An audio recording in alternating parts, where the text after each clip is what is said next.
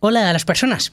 Contra todo pronóstico, alargamos una semana más esto de la última desiderata, que le decía al invitado el otro día que en realidad podríamos haberlo llamado charlas con gentes cárnicas o algo por el estilo. Antes de nada, bueno, esto hay que decirlo, sobre todo en estos primeros programas. Seguidnos en redes sociales, estamos en Instagram y Facebook como @laultimadesiderata y podéis escucharnos en iVoox, en Spotify y en Rec Radio. ¿Qué te parece, Raúl, que es nuestro técnico, los miércoles a las 10 de la noche? Pues ya está, esto no se había hablado antes, bueno, se ha hablado hace 15 minutos y se decide así sobre la marcha. Si nos seguís y nos dejáis algún comentario, propuesta indecente o amenaza de muerte, un poco de broma, se agradecerá en redes sociales y demás. En el anterior programa, con el que arrancamos la última desiderata, estuvimos hablando con Mario López del Nocturnario, una empresa de ocio y astronomía, para quienes no lo hayan escuchado todavía, digo todavía porque imagino que lo escucharán. Se dedican a salidas para disfrutar de avistamientos, aprender sobre constelaciones, sobre cómo funcionan los telescopios. Si tenéis un telescopio podéis preguntarles y ellos explican cómo utilizarlo. Y desde el Nocturnario también hacen una cosa muy chula que pude disfrutar yo el otro día, el sábado pasado. Lo hacen en Collado Mediano, suelen hacerlo en la Sierra Norte de Madrid porque, spoiler, yo qué sé, en Tetuán no se ve el cielo, no puedes ver estrellas, lo ves todo naranja, parece un amanecer eterno, como diría Mario. Y la actividad era muy chula, era ver constelaciones. Era simplemente mirar para arriba y ver las constelaciones que había, y ellos te lo explicaban a través de la mitología que había detrás de ellas. Era, de verdad, realmente interesante. Además, Mario habla muy bien. Y es que, yo qué sé, llegamos como a las 10:30 de la noche, salimos de allí a las 2 de la madrugada y éramos como unas 10 personas, una cosa así, y los 10 estábamos absortos en lo que nos contaba, en cómo, bueno, pues los griegos y los romanos tenían sus mitologías sobre esas constelaciones y nos contaba sus historias, mitología también china de otras culturas, y era de verdad muy, muy interesante y lo recomiendo mucho. Para quienes queráis echarle un vistazo, podéis entrar en el nocturnario.com y ahí tenéis todas las actividades que hacen. Creo que ya no van a hacer más de estas hasta agosto, pero hacen senderismo por la Sierra de Madrid de noche y te enseñan también pues las estrellas y estas cosas, y muy interesante. Mitología y astronomía, que es una buena mezcla. Y de repente hoy pues hacemos más mezclas para hablar de arqueología, y sin embargo tiene más en común de lo que puede parecer, porque también pues tenemos por ahí la arqueoastronomía, que podríamos hablar de ello. Al final es curioso cómo podemos establecer relaciones entre una cosa y otra, y en el Nocturnario lo vimos. Al final las civilizaciones antiguas necesitaban también explicar cosas, necesitaban resolver dudas que les surgían cuando miraban al cielo, y es increíble cómo encontraban esas respuestas al final, cómo eran capaces de resolver rompecabezas que nosotros hemos podido resolver ahora gracias a la tecnología y constatar de forma empírica, y ellos más o menos algunas cosas pues decían, ostras, estamos bastante cerca por lo menos. Es el segundo programa seguido en el que no recurrimos a la extorsión ni al burundanga ni a nada por el estilo para traer al invitado de hoy. Estuve bastante tentado en comentarle que si no quería venir, pues a lo mejor avisaba a la policía y le comentaba eso de los cadáveres que tiene en el garaje. No hizo falta, porque enseguida dijo que adelante, que él venía a hablar. Y es que además quien viene a hablar pues constata os hará constatar mi estrategia de yo traer a gente que sabe mucho de cosas, dejarles hablar y simplemente escuchar y aprender. Hoy traemos la desiderata, un amigo y compañero de Rec Radio, parte de Cascos y Decibelios, programa de motos que podéis escuchar los viernes por la tarde a las 7, junto con Edu Torres, Pepe Talaya y Raúl Cisneros, que es nuestro técnico hoy, y además es también el 50% del cronovisor con otro Raúl, con Raúl Fernández Santos. Estamos con un arqueólogo que ha dirigido y participado en numerosas intervenciones arqueológicas, dirigido y coordinado proyectos de investigación de ciencias aplicadas, colaborado con diferentes universidades españolas y extranjeras y ha ostentado cargos con responsabilidades institucionales. Y por si fuera poco, es presidente de la Fundación Foro por la Memoria Democrática. Estamos con Óscar Blázquez y aquí empieza La Última Desiderata. La Última Desiderata, con Sergio Vélez.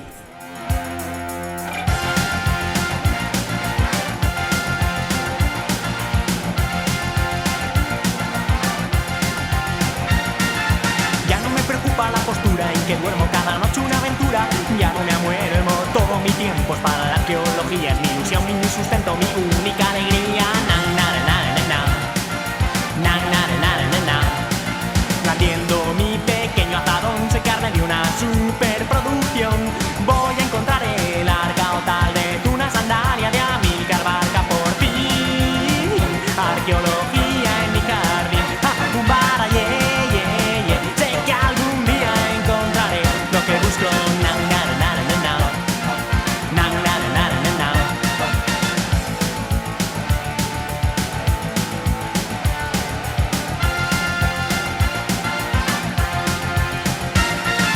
Busca con cuidado, mira en ese pedrusco, es el sitio indicado y un sarcófago etrusco. La palangana de Pontio Pilato, una lentilla del primo de Viriato. Na, na, na, na, na, na.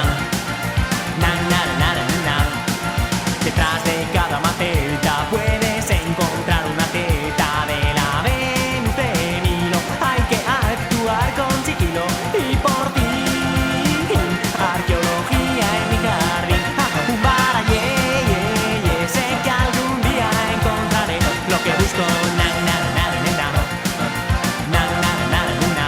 Di-da-di-di-di, samba-di-di-di. ¿Y por qué traemos a Óscar Blázquez a La Última Desiderata? Podía ser por nuestro extraño placer por las melodías bizarras. Pero no, vamos a hablar de cositas de la historia, de arqueología y demás. ¿Qué tal, Óscar? ¿Cómo Hola, Sergio, pues muchas gracias por invitarme. Bueno, la verdad es que eres un inconsciente, ¿no? Tampoco sé por qué. Pero bueno, como estás así, ¿qué lo vamos a hacer? Bueno, es que te costó muy poco venir y dije, bueno, pues ya Sí, está. ya sabes que soy fácil, no hay mucho problema. Bueno, la primera pregunta con la que quiero empezar Sí, me la hizo Mario el otro día, es que si no se me va a olvidar. Y me pidió que te preguntara sobre la arqueoastronomía. vale. Eh, ¿Qué es y todo esto? no, sobre todo me interesa saber qué podemos encontrar en España sobre estas cosas, porque sí que pensamos en las pirámides de Egipto, que de repente entra la luz Vale. por no sé dónde y... Vamos a empezar diciendo que alienígenas ancestrales, caca, ¿vale? Todo eso fuera de ahí. Esta gente está tarada y no tiene ni puñetera idea. Entonces, vamos a ver, la gente del pasado, vamos a poner primero un precepto, que es el tiempo profundo, ¿vale? Nosotros somos una civilización que si alguien viniera, nos hubiera seguido, estos alienígenas ancestrales, ¿no? Si nos hubieran seguido desde el primer momento, nosotros seríamos una civilización fundamentalmente paleolítica.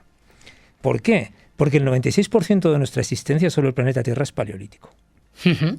Es decir, el ejemplo tan manido sería si la especie humana es una regla de 1 metro, hasta hoy, los primeros 96 centímetros serían paleolítico. Ujú. Y los últimos 4 desde el epipaleolítico, neolítico hasta hoy, ¿no? Ujú. Entonces hay que pensar que estamos en un modelo de tiempo profundo muy difícil de asimilar.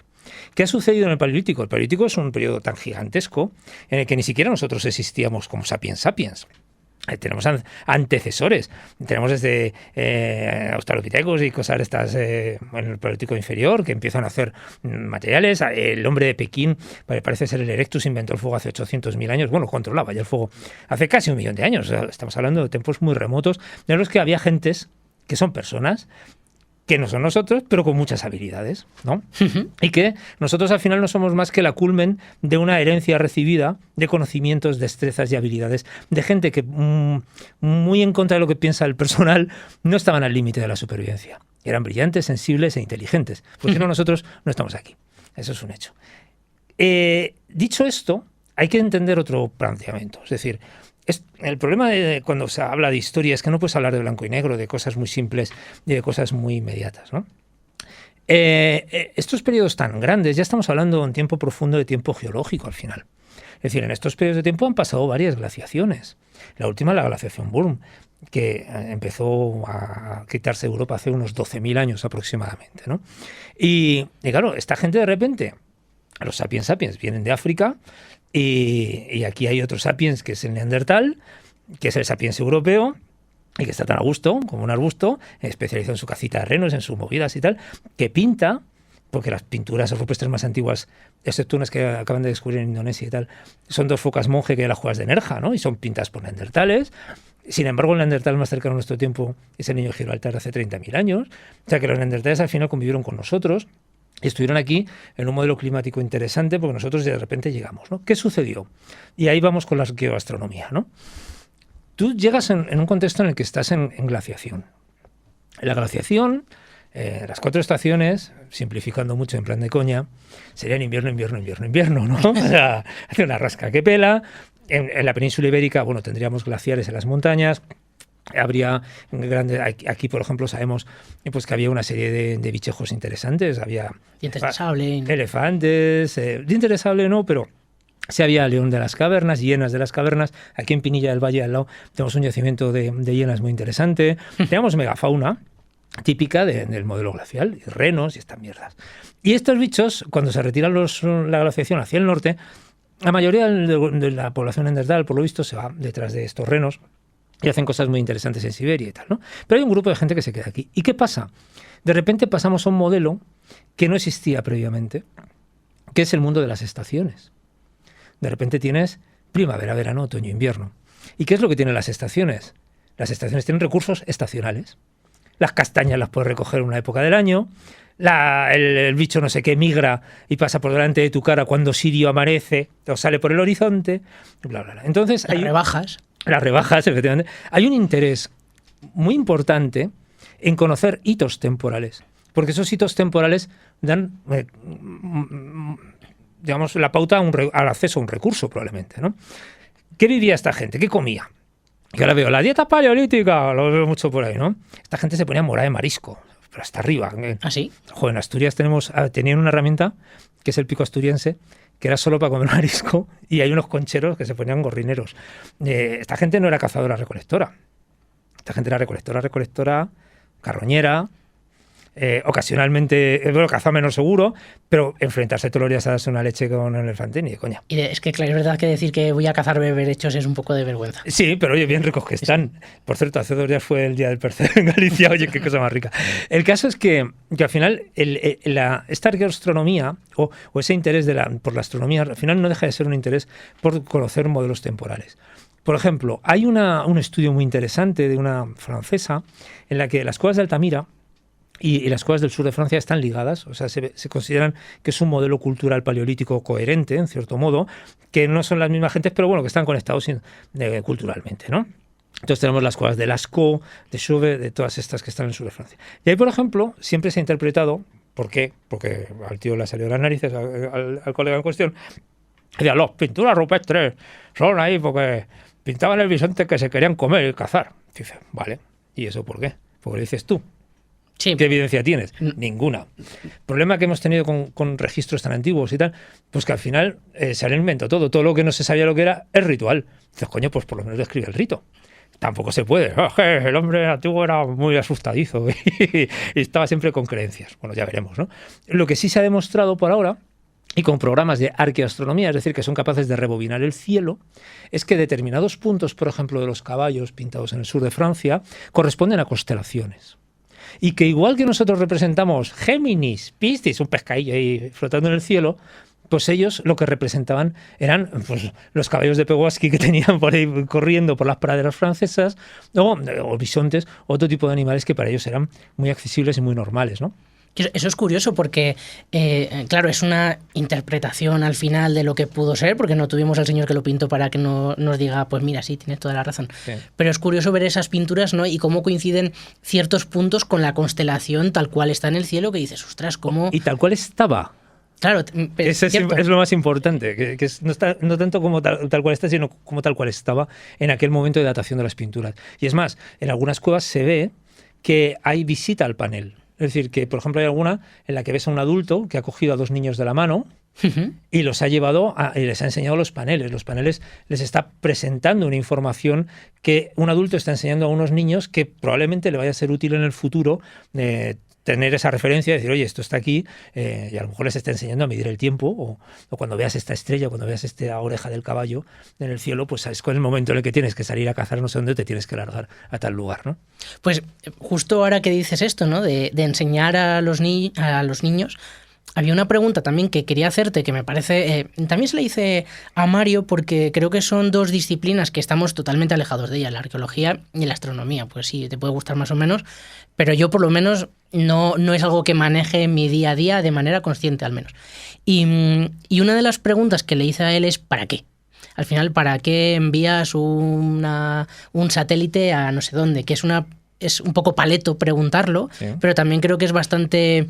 lícito, ¿no? Desde la ignorancia el preguntar, oye, ¿y esto para qué se envía esto y por qué no me das ese dinero a mí para alimentar a estas familias que no tienen que comer? Vale. Entonces, en un mundo que es también tan utilitarista, ¿para qué sirve aprender historia y arqueología? ¿O para qué sirve...? Gran pregunta. Mira, para empezar, un arqueólogo no es arqueólogo, es historiador. Y utiliza la arqueología para escribir historia, hacer historia. Es decir, es un punto simplemente que te quería aclarar, ¿no? La arqueología es una evidencia. Es decir, yo puedo leer historia escrita y la historia escrita puede estar interpretada. Pero una evidencia arqueológica, aquí se ha muerto este tío, eso es un hecho. Y este yacimiento apareció en estas circunstancias, y así, de esta manera, eso es una evidencia. Y eso no es muy interpretable.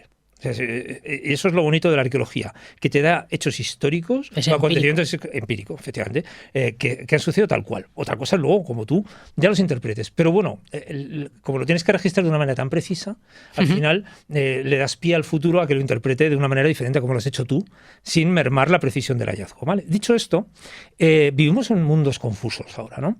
Vivimos en unos mundos en los que continuamente hay una reivindicación de ser algo. Por ejemplo, ¿qué es ser español? ¿No? Claro, ser español se legitima desde un punto de vista histórico, ¿no? Yo he nacido en un territorio, ¿no?, que en el siglo XX, bueno, yo en el XX, pues soy un señor mayor, pero he nacido en un territorio que tiene una herencia cultural, por eso hablo este idioma, por eso tengo estas leyes, por eso vivo en este contexto y por eso vivo en este tipo de país, con este tipo de costumbres, tortilla de patata con sin cebolla, etcétera, etcétera, etcétera. Es decir, la historia al final lo que te está dando es identidad y cultura. Por eso es importante, porque entender bien la historia te va a ayudar bien a entender quién eres. Y eso es algo que yo creo que todo el mundo reivindica. Todo el mundo necesita pertenecer a algo, ¿no?, mayoritariamente. Entonces, la historia te proporciona eso. Y te proporciona el que entiendas por qué cosas del presente acontecen como son. Quizá estaba pensando que más importante que más importante, no sé si es más importante, pero más que saber quién eres es saber quiénes somos como sociedad para entender cómo funcionamos y porque al final somos animales sociales, ¿no? Y que tenemos que convivir entre nosotros. Sí, bueno, pues, entiéndeme, yo hablo desde el punto de rol intelectual e individual, ¿no? Yo siempre he pensado, además una cosa que me di cuenta en historia estudiando, yo decía, bueno, como individuos somos muy interesantes, ¿no? Pero como colectivos somos bastante tontos, ¿no? Solemos caer como masa en los mismos errores permanentemente y parece que no aprendemos nunca, ¿no? Pero luego individualmente sí funcionamos bien y hay avances individuales. Bueno, habla por ti, ¿eh? No, mira Einstein, no, mira Peña, que en un momento dado sí ha supuesto un punto de inflexión en la sociedad y ha hecho que el mundo cambie de forma, ¿no? O como nosotros lo apreciamos, o cómo interactuamos con él. Pero el colectivo normalmente suele ser conservador y suele ser inmovilista. Y eso es un problema que nuestra especie tiene que lidiar con ello permanentemente.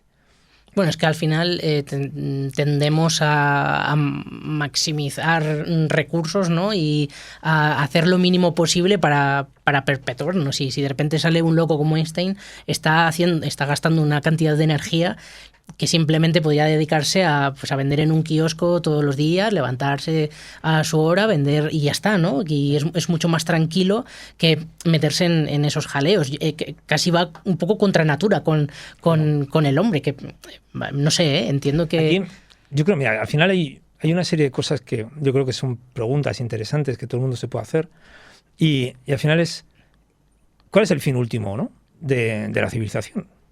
O sea, ¿cuál es el sentido de la civilización? ¿Hacia dónde va? ¿Qué podemos aprender de otras civilizaciones que nos precedieron, ¿no?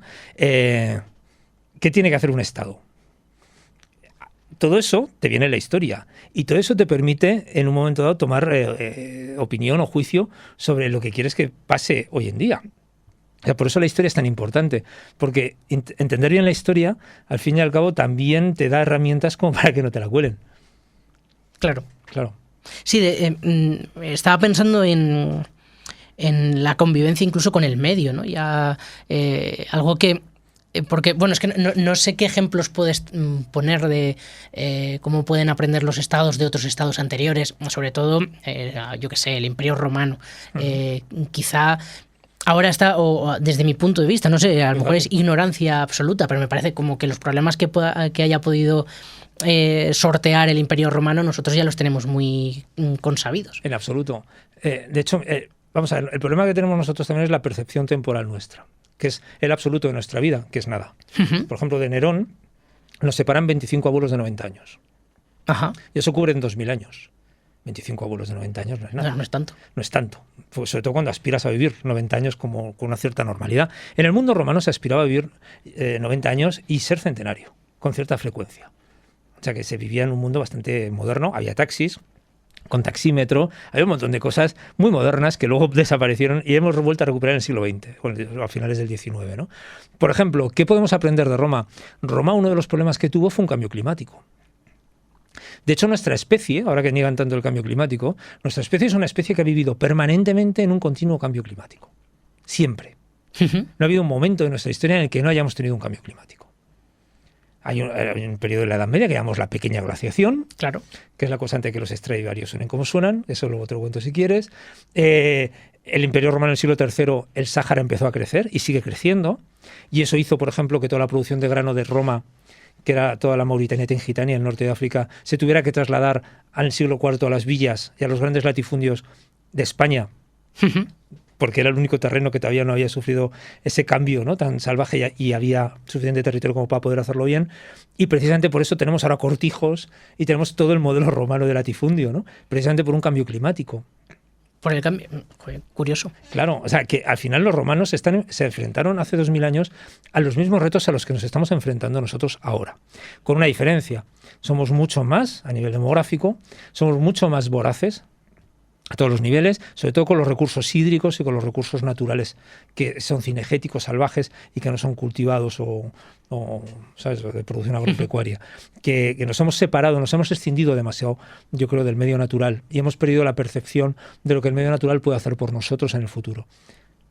Es que, bueno, era uno de los temas que quería tratar porque me parece que estudiando, es que yo tampoco controlo tanto, ¿no?, pero pensando en las minas de Río Tinto, ¿no?, cómo se explotan de repente recursos por parte del Imperio Romano en España o de otras civilizaciones y de repente se encuentran con que, oye, que nos hemos quedado sin oro, sin cobre aquí, ¿qué tenemos que hacer? ¿Cómo lo gestionamos?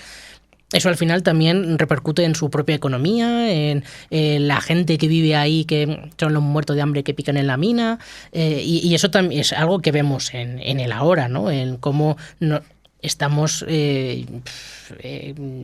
pienso en recursos como el Amazonas, ¿no?, que es como muy obvio. Cómo nos lo estamos cargando y no aprendemos de algo que ocurrió hace 2000 años. Había conceptos de conservación, y había conceptos... No era todo depredar. Yo creo que se depredó más en la Edad Media que en el propio mundo romano, realmente. Porque Roma era consciente de la limitación. Es decir, Roma llega un momento en el que dice, yo aún no crezco más, porque es insostenible. O sea, yo no puedo mantener, sobre todo el Imperio Romano de Occidente, no puedo mantener esto más. O sea, y luego tiene una ciudad con 1 millón y pico de habitantes, que es Roma, que está comiendo recursos como si no hubiera un mañana. O sea, todo el imperio trabaja para Roma. Luego claro, tienes ciudades grandes, ¿no?, como Nimes o tal, pero hostia, Roma es Roma, ¿sabes? No, es insuperable. Entonces, claro, al final llega a un equilibrio, ¿vale?, Roma. Y tiene que llegar a ese equilibrio por narices. Otra cuestión es, por ejemplo, la depredación de recursos que se produjo, por ejemplo, en época de Felipe II, en época de Reyes Católicos. Eso fue un modelo totalmente diferente al mundo romano, ¿no? Roma necesitaba ser sostenible porque le iba la vida en ello. Claro. Y además era gente que yo creo que tenía un mayor conocimiento en general a todos los niveles que luego lo que pasó en la Edad Media en el mundo moderno, ¿no? O sea, hasta que hemos llegado a conocer otra vez, a alcanzar el nivel de conocimiento Roma, ha tenido que pasar muchos años, ¿no?, hasta el siglo XVI, yo creo XVII, hasta la Ilustración, que se redescubre, gracias al Renacimiento anteriormente y tal, se redescubre todo otra vez el conocimiento romano. Estábamos viviendo en Babia. Además es gracioso, ¿no? El Renacimiento es como igual a lo que hacían estas personas, ¿no? Claro. Como el volver... Bueno, de hecho antes lo comentabas, lo del ejemplo de la regla y tal, entiendo también que la curva de aprendizaje como seres humanos al principio iría muy rápido y aprenderíamos muchas cosas, y todos estos avances que tenemos ahora, que nos parece que son alucinantes de cómo cambia la tecnología, lo rápido que va, si lo ponemos en comparación no es nada. Es, a ver, que ha sacado una nueva versión del iPhone, no te flipes, que no es para tanto. El aprendizaje era complicado. Depende cuándo. Mira, hay un problema que es la longevidad humana. Entonces, en Paleolítico, por ejemplo, te encuentras con que los grupos humanos, pues las mujeres tienen una expectativa de vida aproximada de unos 20 años, 20 y pocos, y el hombre unos 30, una cosa así. Y dirás, ¿por qué la mujer menos? Pues normalmente por problemas en el parto. Infecciones derivadas del parto, hay una asepsia diferente a la que hay ahora mismo, y bueno, pues había problemas de estos. Luego te encuentras, excavando, por ejemplo, problemas de hambrunas. Hambrunas tremendas. O sea, llegas al mundo agrícola, ¿no? Pasas, digamos, el neolítico, el paleolítico, neolítico, y de repente te metes en la edad de los metales, que ya son culturas agropecuarias, ¿no? Potentes, con ciudadelas, con tal y cual, y de repente ves que un año, pues la palma Toquisqui. Y dices, ¿qué ha pasado aquí? Claro, las cosechas, vale, cultivaban, pero era una mierda. O sea, eran cosechas muy frágiles. Y de repente te venía una plaga de langosta y pasaban más hambre que la leche. Y dependías de ese grano para vivir, para comerciar, para funcionar, con una economía muy precaria todavía. Entonces, al final el hombre, vale, ha ido progresando, pero en mucha medida al límite de la supervivencia. Cuanta más abundancia alimenticia, más salubridad del entorno, eso es importante, y más longevidad, más capacidad ha tenido para dar saltos cualitativos. Entonces, cuando tú de repente te encuentras que la edad del hierro, vale, somos celtas, es un pringano, no sabes ni escribir, ¿no? Pero los fenicios, por ejemplo, eran gente que funcionaba muy bien, con unos sistemas de seguridad buenos. Los romanos, ya te digo, que hay muchas tumbas de 100 años, y si no llegas a 100 años diciendo, ojalá hubiera llegado a los 100 años, claro, eran ciudades que tenían retretes, que tenías problemas o sea, que tenías tiendas, que tenías cloacas que todavía funcionan, que tenías unos modelos de salubridad bestiales. Y, por ejemplo, vamos a la Córdoba del siglo XI, que era una ciudad de 130.000 habitantes, con 13 cementerios extramuros, paseos ajardinados y tal, y hablan de León como esa ciudad pestilente de 480 habitantes. Porque han perdido todo lo romano. Alfonso X el Sabio, por ejemplo, hace un edicto para sus aediles en los que les obliga a mantener los caminos de los antiguos porque ellos ya no saben hacerlos. Es decir, hay un retroceso, y esto es importante, se puede retroceder de repente 1000 años. Porque ya ha pasado. Claro, que es algo que parece como imposible, ¿no? Inviable pensar en ahora retroceder 1000 años. Entiendo que la tecnología que tenemos ahora también retroceder tanto, a lo mejor en calidad de vida, quizá, ¿no? ¿Tú crees que la tecnología es un garante ahora de algo? Es decir, ¿qué aporta la tecnología? ¿Para qué se usa la tecnología normalmente? Tenemos una máquina en la mano que es capaz de ir a la Luna, con potencia de cálculo, supera con mucho la potencia de cálculo de ir a la Luna. Lo estamos utilizando para ver TikTok, para ver fotos de peña bailando. Es decir, y mayoritariamente se usa para eso. Estamos desperdiciando la tecnología. Y hay historiadores contemporáneos muy interesantes de este concepto que hablan de este periodo de tiempo, este último siglo, en el que se han escrito más tratados científicos con toda la historia de la humanidad, de la oscura era digital. Porque se pierden. ¿Tú puedes leer un disquete hoy en día? No. Pues es de hace 3 días. Yo tengo información en disquetes todavía, puedo leerlos. ¿Quién lee DVDs? Entrando en un tema que me fascina. Claro. Es decir, al final la información y lo que queda de la cultura, la civilización, se basa en que trasciende la memoria. Y trasciende la memoria porque queda escrito. Y los que vienen después pueden leer lo que tú has hecho en tu corta vida. Si en un momento dado esa información que tú has generado se pierde, no has avanzado nada. Es que, bueno, poniendo un ejemplo, es alucinante que probablemente mis hijos vean más fotos de mis padres de adolescente que mías, porque las fotos se han perdido en Facebook, en las redes sociales de turno, que pues a lo mejor dentro de 20 años no existen. Claro. De hecho, hay algunas redes sociales que, en el caso de Twenty, Twenty fue una red social que para adolescentes ¿Dónde fue está? la leche y ahora todo lo que hay ahí se ha perdido. Entonces, claro, hay algunas cosas de las que no podrán aprender, ¿no? Los peinados de los canis, Claro. los volverán a repetir. Sin embargo, Lamentablemente, claro, sí. las sombreras de los 80 pues sabrán que no, pero los peinados de los canis, el cortarte la ceja aquí y tal, eso se volverá a repetir, claro. Claro, es así, es así. Por eso es importante dejar registro en las bibliotecas nacionales de todo lo que se haga, porque es donde va a perdurar. El papel funciona. Tenemos Sí. papiro egipcio todavía funcionando por ahí. De hecho, bueno, se calcula que los datos digitales tienen una permanencia de unos 20, 25 años en el mejor de los casos y cada vez disminuye. Sin embargo, el papel, pues claro, puede tener cientos de años. El ICESA ROM, que es el Instituto de Museos de Ontario, que es, digamos, por lo que se sirven todos los museos del mundo, dice que hay en un DVD con capa de oro en condiciones óptimas de conservación, lo más que podrían preservar esa información en buen estado sería en torno a unos 120 años. Las opciones que se están barajando para guardar información digital serían sobre cuarzo, porque el cuarzo tiene unas propiedades que es prácticamente eterno. Entonces está trabajando en hacer bibliotecas de cristales de cuarzo en los que se pueda leer multicapa con lentes que van enfocando poquito a poco y cabe muchísima información. Y hay desarrollos en ese sentido, ¿no? Y es lo único a lo mejor que podría preservar texto escrito. Pero es tramposo también eso, porque al Sin final, lentes. claro, ¿no? Y sobre todo que buena parte de la historia al final no son el tratado de la leche, sino son las fotos de tu familia para ver cómo vivían, ciertos elementos, yo qué sé, pues la declaración de la renta. Pues a lo mejor la declaración de la renta sería interesante estudiarla dentro de... La cuestión es que no sabemos. Me explico. Te pongo dos ejemplos.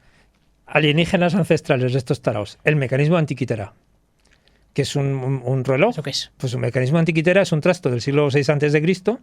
Es un reloj con engranajes súper sofisticados griego, que se encontró en la isla antiquitera, que iba en un barco destino a Roma. Sabemos que iban dos, además lo sabemos.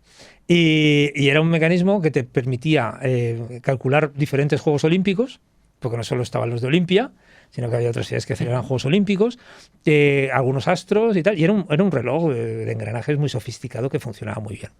Y claro, ¿qué pasa? De repente dicen, Herón de Alejandría descubrió la máquina de vapor. ¡Oh, maravilloso! Sí, estupendo.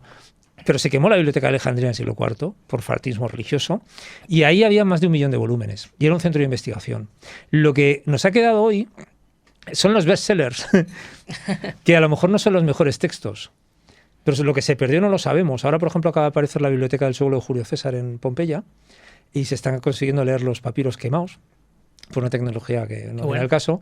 Y puede que vayamos a descubrir un montón de textos perdidos que pueden ser de una calidad científica absolutamente obscena para lo que es la mente de hoy, ¿no? Es decir, es que los griegos no, ¿cómo que no podían? Claro que podían, ¿no? Lo que pasa es que hemos perdido esa información. Es decir, el hombre antiguo yo creo que está mucho más por encima y mucho más avanzado de lo que realmente pensamos. Porque además su forma de pensar y su forma de actuar y su forma de plantear el Estado, aunque fuera antigua, era muy avanzada y muy moderna. Y sobre todo, que bueno, claro, habría de todo, ¿no? Pero da la sensación de que quizá las autoridades de aquel momento eran muy conscientes de que el tiempo pasa y que tenían que dejar algo para después. El mismo conocimiento, ¿no? La Biblioteca de Alejandría al final es un proyecto de una autoridad y luego tienes a los Ptolomeos que van requisando los libros que llegan a los puertos. Oye, esto me haces una copia y hasta que no me hagas una copia no te vas de aquí. Es un proyecto de un griego, claro, claramente, sí. Claro. Es así.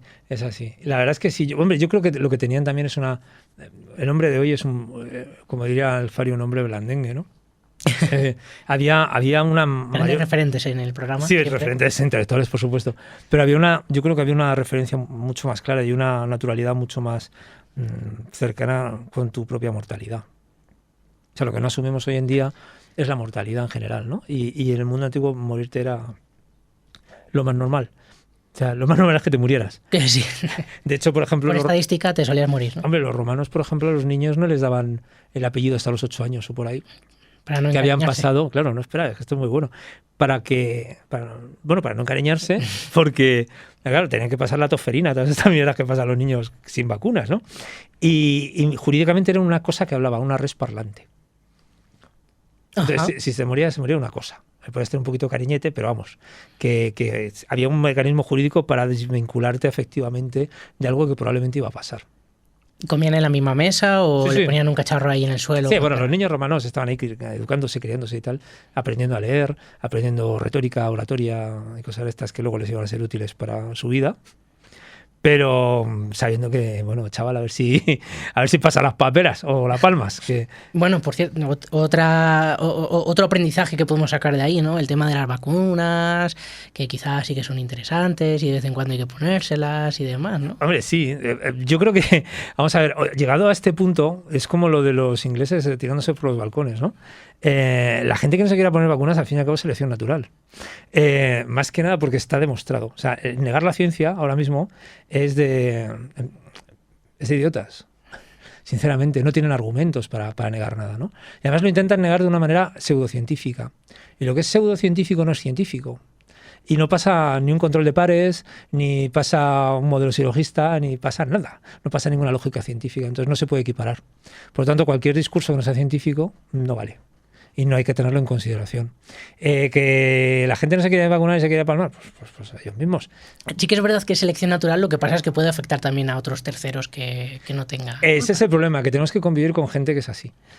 Eso es muy triste. Eso, por cierto, que hablas de selección natural, hoy me he enterado de una noticia que me ha parecido muy graciosa, no tiene nada que ver con esto, pero sí que con la selección natural. Creo que tampoco habría que hacer noticias con este tipo de personas o con los que se tiran por el balcón. No se debería decir nada. Nada. Porque si no hay otros que aprenden. Y es mejor aprender siempre por experiencia propia, que es como... Porque si, bueno, pues a lo mejor no te tiras por el balcón, pero haces otra idiotez. Entonces yo creo que es bueno que no se cuenten estas cosas. Y hoy ha salido una noticia de un alemán que se ha ido con un grupo de amigos, eran 5 amigos en un avión, y de repente le ha dado al tipo alemán, que, bueno, pues no sé, será un humor alemán, decir que es un terrorista. Y en medio del avión... El de Mahón, sí. Madre mía. Claro, esto lo que ha hecho es que han tenido que desplegar un F-18 para escoltar al avión, que ha tenido que aterrizar de emergencia, tal... Esto al hombre, pues bueno, primero está en la cárcel y segundo va a tener que pagar todo el despliegue del F-18, toda la gente que se ha quedado sin su vuelo, tal. Claro, esto ha salido en las noticias. Va a haber gente que aprenda. Claro. Es mejor que no aprendan. Que aprendan, o sea, no que aprendan con una noticia, sino que lo hagan y bueno, pues así. Y que la paguen, sí. Claro, sí. A mí me parece más bonito eso. Hay gente pato. Bueno, si te parece, vamos a escuchar un poco de música. Vale.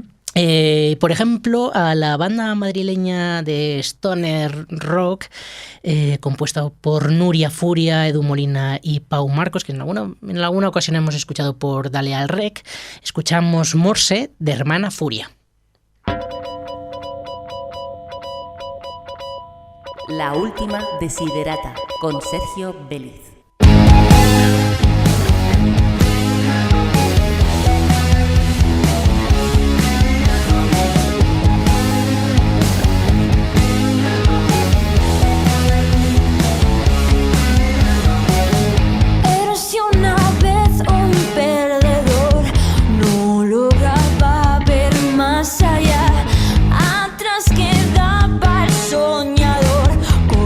Pesadillas sin final.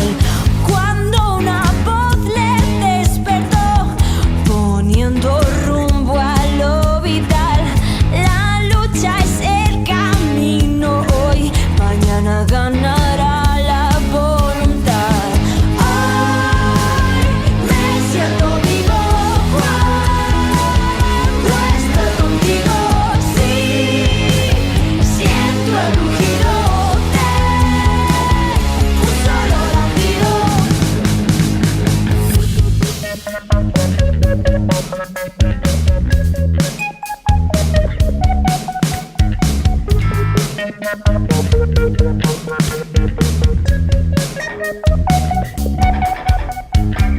Lo pasado quedaba atrás, como una espina en cada decisión.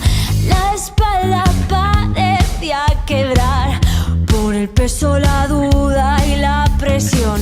Y con los pasos quedando hasta aquí, que me las suelas pero no el corazón. Tiraste fuerte y comprendí que avanza ahora y que tú eres mi motor.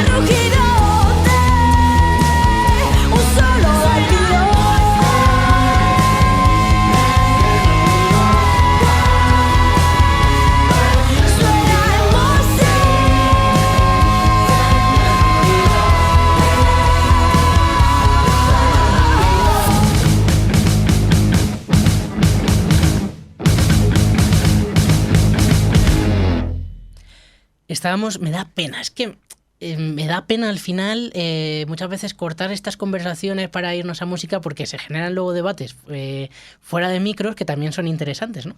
Pero bueno, estábamos hablando ahora al final de aprender, ¿no? Que es la base de todo esto de lo que estamos hablando. Y a mí, una de las cosas que me planteaba antes, sobre todo historia, que ahora ha habido tanto revuelo con cómo se va a empezar a impartir la historia, que decían que sí de atrás adelante, que sí de no sé qué, que sí tal, que sí cual, que yo creo que también ha habido ahí una falta de pedagogía, de explicarlo bien. ¿Puedo decir el término técnico? Dilo. Una cagada. Una cagada, vale. Pero a lo mejor, bueno, se puede llegar a razonar y a explicar de alguna manera que, yo qué sé, pues a lo mejor es más interesante conocer muy bien el siglo XX que conocer medias tintas de todo, yo qué sé, ¿no? Pero una de las cosas que pensaba, que sin tener ni idea también del tema de divulgación histórica, de docencia y tal, es si no sería interesante aprender esto desde la arqueología, porque pones a un chaval de 14 años a llevar la historia a la práctica y creo que joder, a mí, vamos, me encantaría. Yo preferiría estudiar así la historia que... Yo creo que la arqueología está muy idealizada, mucho. La peña piensa en el pincel y tal, ¿y qué va? La arqueología es un trabajo físico duro, aburrido, tedioso, sistemático y muy puñetero. Lo mejor para un niño de 15 años. Sí. O sea, al final tú estás en el campo, en todo el sol, con un pico, con una pala, pasando las puñeteras. Luego te salen toneladas de materiales que tienes que saber qué son esos materiales, identificarlos, catalogarlos, siglarlos, inventariarlos, explicar qué hace en esa capa y no en otra, y escribir un tocho inmenso que se llama memoria de intervención con topografía. O sea, es un trabajo técnico, no es un trabajo sencillo, y con eso escribes historia. O sea, la arqueología, todo el mundo piensa que es... voy a hacer interpretaciones históricas porque me he encontrado una mierda con un detector de metales. No, eso no es ¿No te dan tampoco un látigo? No, pero con el pico de 7 kilos yo creo que acojona más. Respecto a lo que tú decías antes, que sobre la enseñanza de la historia, que es un tema que sí me gustaría tocar. Adelante. Importante. Vamos a ver, la historia es una secuencia. Tú puedes contar una película desde el final. O puedes coger una película, partirla, a ti que te gusta el cine, partirla en trozos aleatorios de repente y poner 10 minutos de una cosa, 13 minutos de otra, 23 de otra, incompleto, sin saber de dónde viene. ¿Qué estás viendo? Estás viendo un caos. No entiendes una mierda. Esa película sería incoherente, a no ser, no, el cine de autor. Bueno, va, entonces si es así, sí. La historia es una secuencia de acontecimientos en los que los acontecimientos que han sucedido son los antecedentes para que sucedan otros. Y entender por qué esos antecedentes han derivado en unos acontecimientos y no en otros es lo interesante de la historia, porque es donde se aprende. Oye, aquí el hombre o nuestra especie podría haber tomado esta decisión, pero curiosamente ha tomado esta. Oh, qué curioso, ¿por qué? Ah, pues porque mira, había unos condicionantes... O sea, al final la historia se tiene que contar en secuencia. Si no, no se entiende. Y nunca se llegará a entender bien si no se cuenta en secuencia. Otra cosa es si quieres en un momento dado que vamos a profundizar el siglo XIX. Bueno, vamos a tomar en consideración el siglo XIX. No puedes empezar el siglo XIX. sin entender la caída del antiguo régimen, no puedes entender el siglo XIX sin los nacionalismos anteriores, no puedes entender el siglo XIX sin la Revolución Francesa, sin de dónde coño viene todo esto, ¿no? No puedes. Y, bueno, imagino que sí se podrá explicar si te pones creativo, pero... ¿Pero qué entiendes? Pero al final es como muy... ¿Que vas a tener una secuencia de gobiernos vacuo, ¿no? que han gestionado y una secuencia de guerras y ya está? Es que la historia es mucho más. Es que al final se centran en una cosa que llaman la gran historia, que me parece una mierda, pinchar un palo, que es precisamente esos acontecimientos traumáticos. Y la historia muy pocas veces se centra y se enseña lo que es la vida cotidiana, lo que es la historia de la mayoría de la población, que es la historia que importa, porque es la historia que vives tú y yo, no sé, que estamos viviendo nosotros. Y esa es la historia que va a vivir la mayoría de la gente toda su vida. Y esa es la historia realmente importante. Y eso solo se puede entender secuencialmente, en mi opinión. Y claro. Con esto me queda a gusto. La verdad es que, bueno, tiene bastante sentido, ¿no? Yo he intentado en algún momento reflexionar sobre ello, ¿no? Sobre, bueno, pues a lo mejor se puede, pero sí que es verdad que imagino que tendrá su complicación y además se lleva haciendo así toda la vida y de repente tener que cambiar el chip del profesor y tener que decir, a ver, ¿yo cómo explico esto? Porque ahora y que de todas formas es una tontería, ¿no? Porque le das la vuelta al libro y empiezas por el tema 20 en lugar de por el 1, ¿no? Pero te pongo un caso que se da en España muchísimo, que a mí me parece aberrante. La famosa Reconquista, que telita el nombre, ¿vale? Está mal dicho, no hay reconquista de nada, o sea, realmente son relaciones entre señores feudales, punto pelota. En un territorio que es la península ibérica, ya está. ¿Qué sucede? Yo he tenido un alumno este año que el pobre chaval no entendía nada. Entonces le cuento desde el 711 cómo entran según le cuenta su libro, ¿eh? Cómo entra Tarik, por Tarifa, la movida, llega a Poitiers. Bueno, no os voy a contar la historia, ¿no? Y luego le cuento, pues bueno, lo que venía en su libro. Le cuenta al Andalus. El chaval empieza, le explico al Andalus, ¿lo entiendes? Sí, perfectamente, tal. Y ahora me empela yo. Dice, ¿dónde estamos? Digo, 800 años para atrás. ¿Por qué? Digo, no lo sé. Porque son acontecimientos que han pasado en el mismo territorio a la vez. Y que están relacionados, porque unos rendían tributo a otros. ¿Por qué leches voy a quitar a unos señores feudales que están rindiendo tributos a otros y los voy a separar como si fueran dos historias diferentes? No lo son. Eso es un error. Y es vender una imagen histórica falsa sobre un concepto de antagonistas dentro de la península ibérica que no fue así. Entonces, claro, ahí hay un problema de educación y de modelo de quién ha diseñado ese modelo educativo. Bueno, y también imagino que es también una forma de cómo se desarrollan las civilizaciones, ¿no? Que tiene un periodo de esplendor, que primero tenemos a los musulmanes y poco a poco pues esa civilización muere como mueren tantas otras, ¿no? Y no es tanto una reconquista, sino como lo que dices tú, ¿no? Un equilibrio de poderes y una va comiendo el espacio a otra. No es una reconquista como tal, romántica de... Comiendo el espacio relativamente, es decir... comiéndose el espacio entre los reinos cristianos, peleándose entre ellos, robándose los reinos. O sea, eso, entiéndeme. Y lo que te decía antes, que luego llega un momento en el que tú ves al Andalus, que han conquistado Toledo y tal, y ves a Alfonso VIII acuñando moravetinos, que era una moneda acuñada en Toledo, antes de las naves de Tolosa, hablando del Papa como el imán de los católicos. Coño, las relaciones de poder son bastante diferentes a como te las están contando, ¿no? O sea, y lo que hablábamos antes, Alfonso X el Sabio, pues tenía una legislación muy dura con la convivencia. No había convivencia en las tres culturas en Toledo. En Plasencia sí, pero en Toledo no. O sea, que al final hay una deformidad de una realidad histórica que conocemos que fue así. Y conocemos que fue así porque está escrita por ellos mismos. O sea, que no hay que interpretarla a través de ningún historiador tercero, ¿no? A mí, por ejemplo, el tema de la Edad Media me gusta mucho tratarlo desde el punto de vista de los ingleses y americanos y franceses, porque no tienen el apego chungo que tenemos aquí en España a ese modelo de conquista. Entonces, tiene una visión muy, muy sana y muy buena y muy pura de cómo funcionó el modelo medieval aquí, ¿no? Que era un modelo medieval curioso, interesante y peculiar, ¿no? Y muy diferente a lo que te venden como modelo de reconquista. Pero por eso te digo que al final la cura de todo esto es la formación. O sea, todo el mundo, a mí a veces cuando tenía alumnos, decía, oye, ¿y esto? Es que esto no viene en el temario. Coño, tú eres alumno, tu trabajo es estudiar. Está todos los libros, lee libros. Tu trabajo es leer libros. Y leer todos los libros, no los que te gustan, también los que te van a ofender, y también los que te van a molestar, y los que están en contra de las ideas que tienes en la cabeza.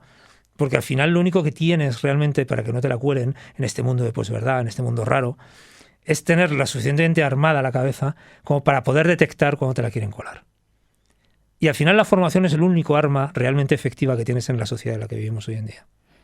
Y en la historia es fundamental.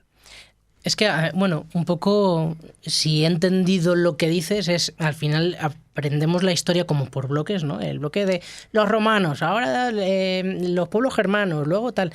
Y nos olvidamos muchas veces de los intermedios, Claro. de cómo pasamos de un punto a otro, que quizá es lo interesante, porque ahí hay un cambio sistémico muy importante, ¿no? ¿Qué ha pasado aquí? ¿Por qué de repente? Y además parece como 1492. Es que de repente este día cambió todo. Eso ya no, pasamos de ello. Es claro, Sí, eso ya no sé. es un desarrollo, ¿no? Poco a poco, no va todo tan... Ya no existe, por ejemplo, mira, una cosa muy curiosa, esto que acabas de decir es interesante. Antes decíamos, la Edad Media empezaba en el siglo V, ¿no? Y la Edad Moderna en 1492, ¿no? Eso lo hemos estudiado todos. Ahora ya no hablamos de Edad Media, ahora ya hablamos de un concepto que se llama tardoantigüedad. ¿Por qué? Porque en la Edad Media, cuando se disgrega el Imperio Romano de Occidente, los reyes francos, Carlomagno, toda esta gente y tal, lo que pretenden es la recuperatio imperii, quieren volver a reestructurar el Imperio Romano de Occidente a toda costa. Y ahí es donde surgen los grandes problemas de los países actualmente, las grandes guerras nobiliarias y tal, donde se define Francia, lo que es Francia ahora, que era la tierra de los francos, tal, todo eso se define en ese momento. Y claro, ¿qué sucede? Que todavía quedan más estructuras clásicas que nuevas medievales. Es decir, el mundo sigue siendo más clásico que innovación medieval. De tal manera que es una tardoantigüedad. Es decir, la antigüedad permanece en las instituciones, permanece en las formas legislativas, en los usos de vida, en un montón de cosas, durante un larguísimo periodo de tiempo que se adentra siglos. Y por eso ya no es Edad Media como algo nuevo, ex novo, sino que realmente la Edad Media se diluye precisamente en ese concepto clásico que sí que es el predominante, ¿no? Fíjate cómo ha cambiado la lectura de la historia hoy en día, ¿no? Hay mucho matiz muy interesante en ese sentido.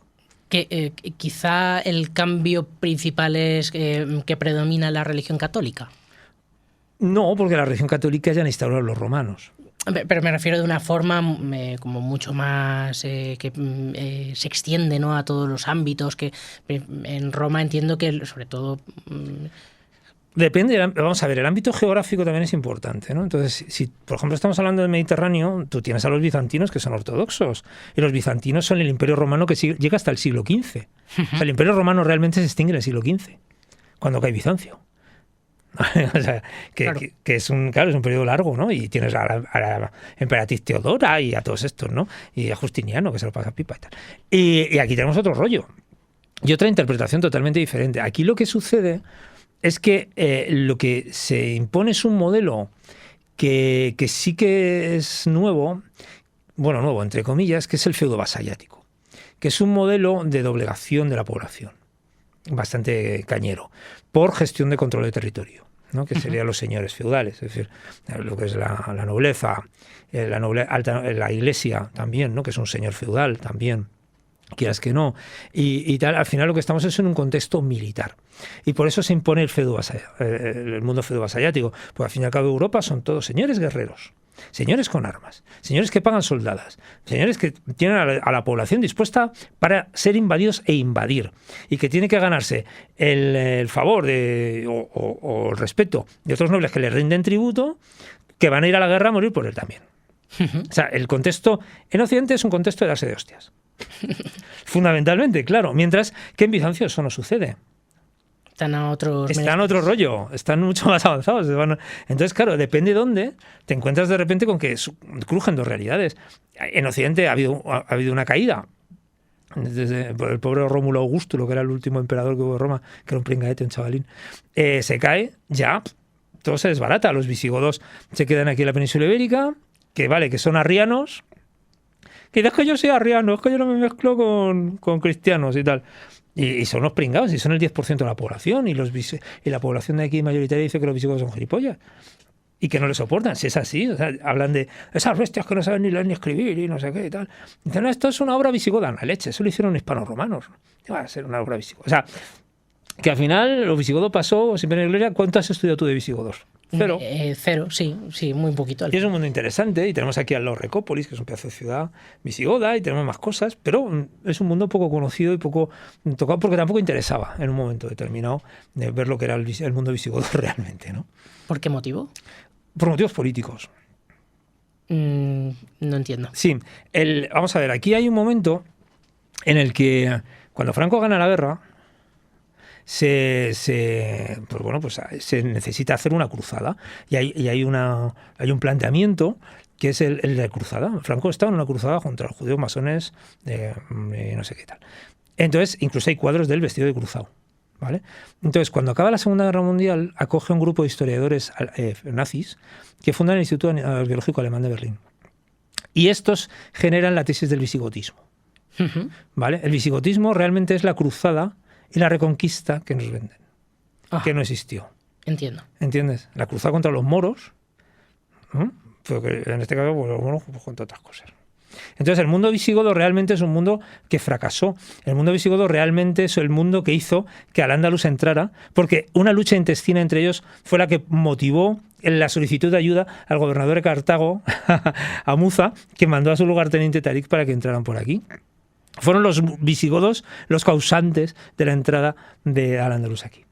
Que estaban peleándose al final entre ellos por un y... tema dinástico, cuando no tenían que haber tenido una relación dinástica, porque era cuando un rey visigodo moría, se elegía en un concepto que se llama primus inter pares, el primero entre los iguales, ¿no? Y aquí pues uno dijo, no, a mi hijo. Entonces él y su hijo peleándose contra el otro hijo, era una movida que te cagas. Total, que al final, claro, el visigodo queda como un pringao. Y el visigodo queda como un decadente. Y al final lo que interesa es vender a un rey visigodo que se llama Rodrigo como un salvador. Y Rodrigo era un pringaete que estaba ahí en Asturias, que tuvo 2 escaramuzas y ya está. Y los árabes no les interesaba el terreno ese ni de coña. Porque, ¿para qué voy a quedarme de aquí si esto no es lo mío? Y además llueve mucho. Exactamente. Entonces, claro, hay una lectura torticera de esto. Es que eso me parece interesante, ¿no? Al final, cómo se nos vende la historia según quien nos la cuenta, que es otro de los temas que querría tratar contigo, el tema de... Bueno, antes de eso, porque querría hablar contigo del tema de la memoria histórica, pero antes de eso es que estaba pensando, de hecho lo comentamos y esta conversación surge a raíz de otra que tuvimos hace un par de semanas, sí, que te contaba que estaba estudiando un poco historia por encima de España, y es que me pasó en unos apuntes que tenía primero fenicios y griegos, y después pasaba a celtas e íberos, y después a Roma un poco por encima.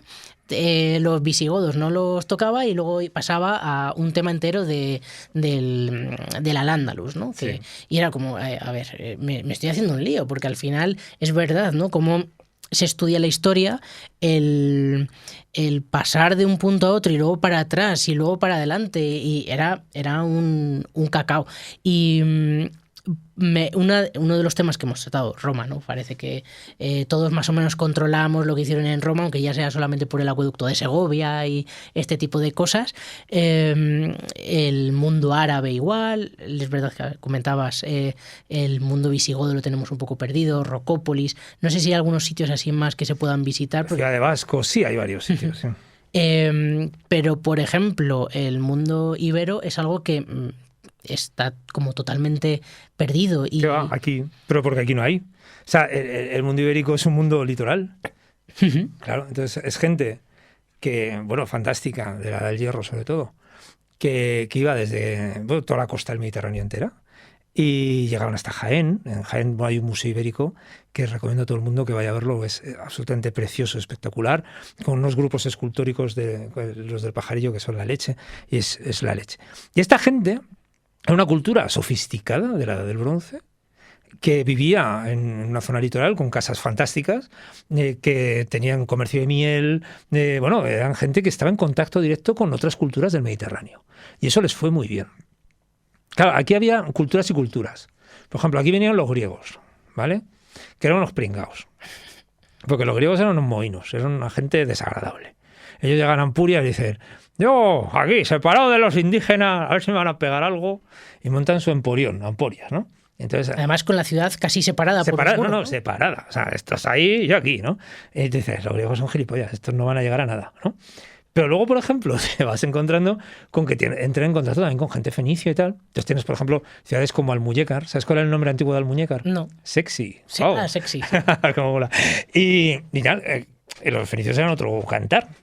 Otro tipo de gente. Pero claro, tú de lo que te encuentras en la península ibérica es que tienes una realidad, desde la Edad del Bronce, y quizás desde el Calcolítico también, en la que hay una enorme diversidad de pueblos con identidad propia, anepígrafos, menos los íberos, que los íberos sabemos leer el ibérico pero no sabemos qué dice, y Como que se sabe leer pero no se sabe lo que dice. sí, eso pasa en algunas lenguas. No entiendo. Sí, el mundo ibérico fue romanizado, ¿vale? Entonces, cuando fue romanizado, adoptaron usos y costumbres de Roma. Uno de los usos y costumbres de Roma es la moneda. Claro, Y las monedas se acuñan en un lugar que se llama ceca, ya esté casi. ¿vale? La ceca es el nombre de la ciudad, ¿no? Entonces tenemos la misma moneda en latín y en ibérico. Por lo tanto, al ser un alfabeto, los alfabetos se pueden...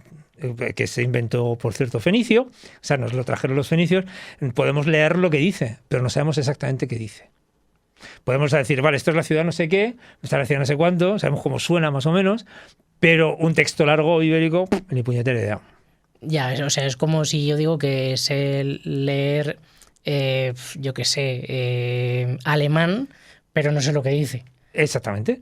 Hay un libro muy gracioso de los años 60, creo que es, o de 50, que es de un vasco, de un cura vasco, que se llama algo así como La interpretación del ibérico a través del vascuence, que intentaba, a través del euskera, pues le atribuía planteamientos del ibérico, pero bueno, no está, obviamente no funciona, ¿no? A nivel lingüístico. Pero bueno, que lo que te decía, que tenemos una compleja red de culturas. Todo el sur era Tartesos, por ejemplo, que eran culturas muy avanzadas, muy interesantes. Sin embargo, todo lo que es la corriente atlántica, o sea, toda la vertiente atlántica y tal, pues eran muy mohinos, eran los celtas estos, que eran gente muy rara. A mí no me caen bien, que te diga, ay, somos celtas, ay, ¿qué hacemos? Nada, pues criamos vacas y matamos gente. Pues venga, pues no, era gente... Algo tenían que hacer también, ¿no? Bueno, sí, hacían algunas cosas, pero había mucha diferencia entre la gente que tenía contacto, por ejemplo, con el Mediterráneo, que es donde realmente emerge la cultura y emerge el concepto de ciudad, y emerge todo esto, con obviamente las poblaciones que están en la vertiente atlántica, que no tienen nada que ver, que son poblados de la Edad del Hierro, o sea, no tiene nada que ver, de influencia del centro europea, del Hallstatt y todo esto, y vale, llegan a ser pues probablemente la gente de la Edad del Hierro más de la Edad del Hierro, ¿no? Y del bronce más de la Edad del Bronce, ¿no? Con el depósito, por ejemplo, de espadas de la Ría Huelva, que es el típico depósito que te podías encontrar en el centro de Alemania, ¿no? Dices, ojo, o sea, hay una coherencia cultural, hay una coinea ahí. Pero el Mediterráneo era otra cosa. ¿Qué sucede? Que si tú estudias los íberos, o estudias los tartesos, o los fenicios separados, no te enteras de nada. Nada. Es que es una sensación muy extraña, porque te los separan, pero luego te los juntan y luego te los vuelven a separar. Y es como, ¿pero han convivido o no han convivido? Claro, esa es la historia. Es decir, al final, esto siempre hay que estudiarlo en conjunto. Y además al Mediterráneo hay que estudiarlo en conjunto. El Mediterráneo en el mundo antiguo no tiene ningún sentido si no se estudia como un todo, en el que todo se mueve y todo hay flujo, ¿no? Por ejemplo, en Ciudad Real tenemos altares de cuernos, igual que en Chipre, del siglo XX antes de Cristo, del siglo XXII claro. Antes de Cristo. O sea, estamos hablando de hace 4.000 y mogollón de años, o sea, de periodos muy antiguos, ¿no? Y que había una relación con la otra punta del Mediterráneo en Ciudad Real, de lo más normal. Que no deja de ser curioso. También entiendo que antes de los celtas, de los íberos y de los tartesos habría grupos de personas sí. que no somos capaces ni de catalogarlos como nada. Se los he excavado yo. ¿Sí? Sí, hombre, sí. Esa gente rara de la Edad del Bronce. Que el bronce también es un periodo largo. Y pues te encuentras a gente pues que se enterraba en hoyos ahí y no sabías muy bien de qué había muerto y bueno, hay una señora que se murió, una que estudié, que se murió de una septicemia, de una hostia en la pierna y se le infectó y parece ser que murió de esto. Pero eran gente de la que no sabemos prácticamente nada. O sea, sabemos cómo son sus cacharros, Sabemos cómo son algunos de sus hábitats, que no todos, porque estamos descubriéndolos ahora realmente, y poco más. No sabemos ni qué pensaban, ni qué decían, ni cómo entendían la vida. ¿Por qué? Porque son epígrafos los muy asquerosos. Ya podían escribir, joder, sería mucho mejor. Y entiendo que esos pequeños pueblos que había vendrían a lo mejor pues de Europa o de África o de donde fueran en algún momento, ¿no? O estaban ya aquí y poco a poco irían adquiriendo ciertas características y también influidos por pueblos que venían de otras partes hasta formarse como íberos, como celtas y tartesos. Hay un proceso que es interesante, que siempre se ha discutido mucho, que es curioso, que es el llamado aculturación. ¿Vale? ¿Qué viaja, las personas o las ideas? Ese es el asunto. Entonces, tú, por ejemplo, yo cojo una mercancía, estoy en Chipre, y hago un lingote con forma de piel de toro. ¿Vale? Porque estamos en una cultura premonetal, y como la moneda es la res, pues de repente digo, bueno, pues voy a hacer un molde con una piel de toro, ¿no? Y te la envío a ti, porque tú me vas a traer, yo que sé, guarrerías de España que me gusten, pero que sé, Murex o cualquier tontería esta, un poco plata o lo que sea. Y te lo mando a través de un tío, un intermediario, taca, taca, taca, y de repente llega el lingote. Y tú ves el lingote y dices, joder, hostia, qué cosa más bonita esta, cómo me gusta. Tal, y estás en Zalamea de la Serena, en Badajoz, en un sitio que se llama Canchorroano, que es un templo que está ahí puesto que flipas. Y ese templo de repente tiene un altar con forma de lingote chipriota, de piel de toro. Qué bueno. Y dices, joder, y los tartesos, en el Tesoro de Carambolo, tienen piezas que son pieles de toro. ¡Oh! Hostia, cómo mola. Y de repente, ¡ay, pieles de toro por todos los lados! ¡Ha molado! ¿Eso qué ha sido? ¿Un tío que ha ido contando la piel de toro? ¿O ha viajado un objeto intermediado y luego ha habido una interpretación local que se llama aculturación? Claro, es que de repente asimilas elementos externos y los adaptas a tu propia cultura, ¿no? Y eso mola mucho. Yo creo que se dan las dos circunstancias, porque evidentemente las cosas viajan porque la gente las lleva. Claro, sí, es obviamente inevitable. Pero es muy interesante. Y bueno, ahora con los nuevos análisis genéticos, ahora la genética yo siempre digo que es el porno de la arqueología, ¿no? Ahora mismo, ¿no? Porque nos está dando una información sobre cosas que antes no sabíamos, que eran movimientos poblacionales. Entonces nos está empezando a definir muy bien cómo esta gente, ya no solo por los objetos, sino por ellos mismos cómo se movían. Y esto mola mucho. Bueno, ha reescrito toda la prehistoria que conocemos hoy en día. Todo el Paleolítico entero está reescrito. No tiene nada que ver con lo que había hace 20 años. Nada que ver. Y cada año es un cambiazo tremendo. Ya no hablamos de humanidad, ya hablamos de las humanidades. Que las quieren quitar, fíjate, y estamos hablando ahora de humanidad, me cago en la leche. No puede ser. Oh, qué interesante. Me he quedado con una duda que escuché hace tiempo y no sé si es cierta. Concretamente, los pueblos íberos eran muy matriarcales, ¿no? ¿La mujer no tenía una importancia mucho mayor que quizá en otras civilizaciones? Pues no lo sé. No creo. Vamos a ver, el tema este del matriarcado es complicado, ¿vale? Es difícil de entender. Y ni toda la cultura fue patriarcal en el pasado, como se plantea ahora mismo, no es cierto. Es decir, de hecho había legislación muy, muy avanzada que defendía y protegía a la mujer. Por ejemplo, en Sumeria había una legislación de protección de la mujer acojonante. Sobre el divorcio, sobre todo. O sea, una cosa que aquí hemos tardado hasta los años 70 en tener, ¿eh? Y ya estaba en Sumeria. Y pensión y tal, y la mujer podía yacer con quien quisiera y el hombre no. O sea, el paso del matriarcado al patriarcado es complejo. De nuevo, los retrocesos de los que hablábamos antes. Hay culturas, sobre todo de vertiente mediterránea, en las que el rol de la mujer es muy relevante. Ajá. Pero a la vez, esas mismas culturas posteriores del rol mediterráneo, el papel de la mujer se relega a la nada. Y es muy interesante. Por ejemplo, Creta, tenemos una aparente igualdad mujer-hombre por iconografía, ¿vale? Luego tenemos el mundo etrusco, en el que hay una manifestación bastante evidente de que las mujeres etruscas eran bastante libres y eran bastante igualadas al hombre. En el mundo ibérico no hay una constancia específica. Yo no recuerdo ninguna constancia específica ahora mismo en el que se decante la cosa ni por un lado ni por otro. Te encuentras guerreros, ¿vale? Te encuentras gente con falcata. Y luego, por ejemplo, tienes la dama de Baza, que es la diosa madre del Mediterráneo con las alas de Istar en el trono, un poco, o sea, es un poco un pastiche todo lo que hay por ahí. Y hace poco han analizado la Dama de Baza y efectivamente lo que hay ahí es una mujer con una panoplia de guerrero, pero hay una mujer en torno a 40 años enterrada allí. Una tumba principesca, podríamos llamar entre comillas, ¿no? O sea, de gran relieve. Lo que no quiere decir a lo mejor que también habría un rol de igualdad, no lo sé. O a lo mejor en un pueblo concreto era más No lo sé. o... En cuanto también hay que decir que el mundo ibérico es un mundo amplio, no es un mundo sencillo. Es un mundo que va desde Cataluña hasta Jaén y que es un mundo variado. Y que no son todos los yacimientos ibéricos iguales, ni son todos los poblamientos ibéricos iguales. Que se les llama un poco íberos porque comparten algunas cosas concretas, pero luego son muy distintos entre sí. La palabra es koiné, es decir, que es efectivamente todo eso que comparten esos pueblos y no les diferencia, independientemente de que luego tengan más diferencias, ¿no? Entonces, por ejemplo, comparten todo el utillaje, vasijas, tal, comparten estatuaria, comparten un montón de iconografía, ritos o... y que los exvotos tienen exvotos para aburrir en el Cerro ahí en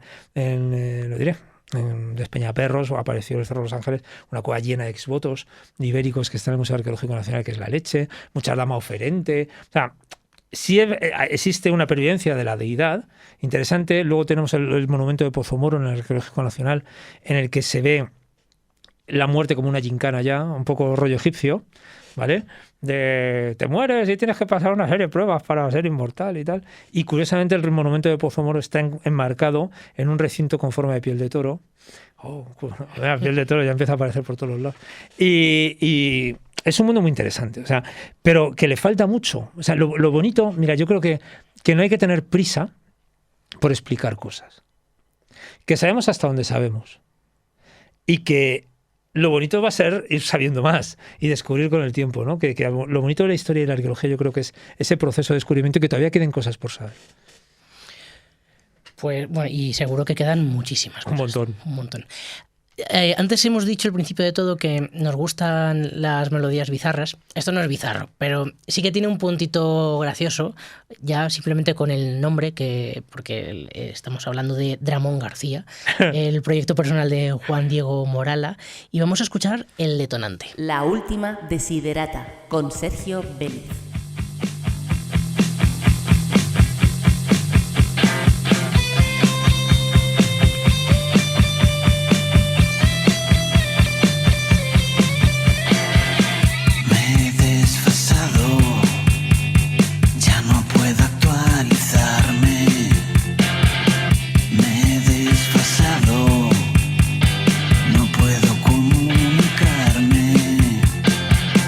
Emito voces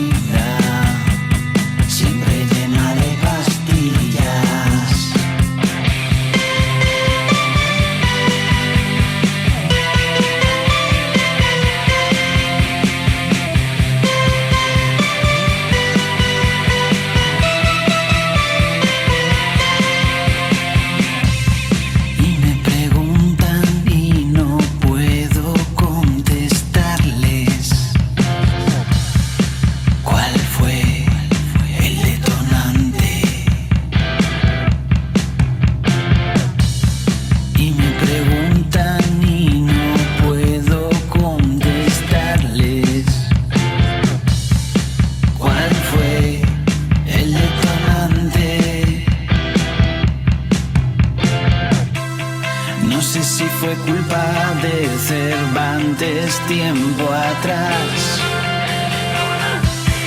O puede que fuera Sánchez. Las canciones de la polla que escuché en el bar. O del bueno de la Velvet.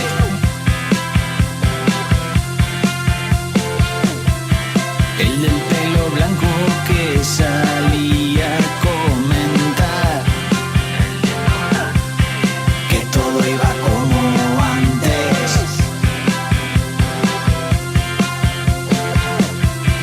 Los vecinos que gritaban tanto al follar, ¿dónde estarán ahora?